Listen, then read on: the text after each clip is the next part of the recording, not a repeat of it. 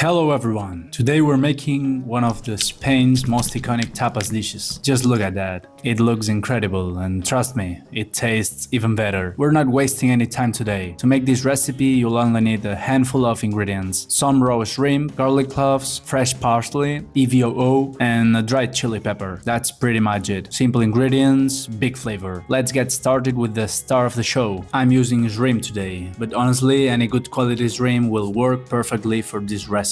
Just look at that color. I bought them frozen, and after thawing, they look incredibly fresh and juicy. We're going to peel them all, but make sure to keep the heads. Trust me, you'll see why in a minute. Some people like to remove the vein, that little black line running along the back. In my family, we've never really bothered, so we're sticking to tradition and keeping everything in. As you can see, it's barely noticeable anyway, so we're leaving it, but that's completely up to you. Once they are peeled, sprinkle a little salt over them and leave them at room temperature while we prepare the rest of the ingredients. And as you can see, I've saved all the heads. They're actually the secret ingredient in this recipe, and you'll find out why very soon. Next up, something green. Grab a bunch of fresh parsley and give it a rough chop. No need to be precise here. We're not chasing Michelin stars. As long as it's chopped, we're good. Now let's move on to the garlic. I'm using 8 cloves today, but honestly, who's counting? Slice them fairly thin, but don't stress if some pieces end up thicker than others. Garlic is one of the ingredients I absolutely love. You can throw it into almost any recipe and it never feels out of place. Kind of like black pepper,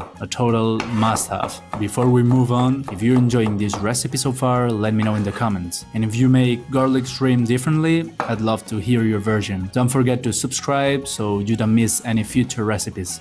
Alright, let's get cooking. Place a frying pan over medium heat and add a generous amount of EVOO. Once the oil is hot, here's the trick that makes all the difference. Add the shrimp heads and gently cook them for about 10 minutes. Every now and then, press them down with a spoon to squeeze out every bit of flavor. It might sound strange, but this step takes the dish to another level. The oil absorbs all those incredible seafood flavors and becomes unbelievably rich. Trust me, it's worth it. After about 10 to 15 minutes, strain the oil. You can save the heads if you're planning to make a seafood rice dish or a stock later. Otherwise, they've already done their job, so you can throw them away. Now pour that flavor-packed oil back into the pan. You might notice it looks a little thinner than before, but that's completely normal. The shrimp heads release some moisture, but all that flavor is now infused into the oil. Once it's hot, add the sliced garlic and cook it until lightly golden. And I mean lightly golden. Don't let it brown too much or it'll turn bitter. As soon as the garlic is ready, add the shrimp. Cook them for just 1 or 2 minutes, then turn off the heat. Let everything rest for another minute using the residual heat, and that's it. Simple and perfect. Transfer everything into a serving dish. A traditional clay dish works beautifully if you have one. I actually added a bit too much oil this time, so I removed some off camera before serving to get it looking like this. You definitely want enough oil for dipping bread, that's part of the experience, but you don't want to end up with a swimming pool either.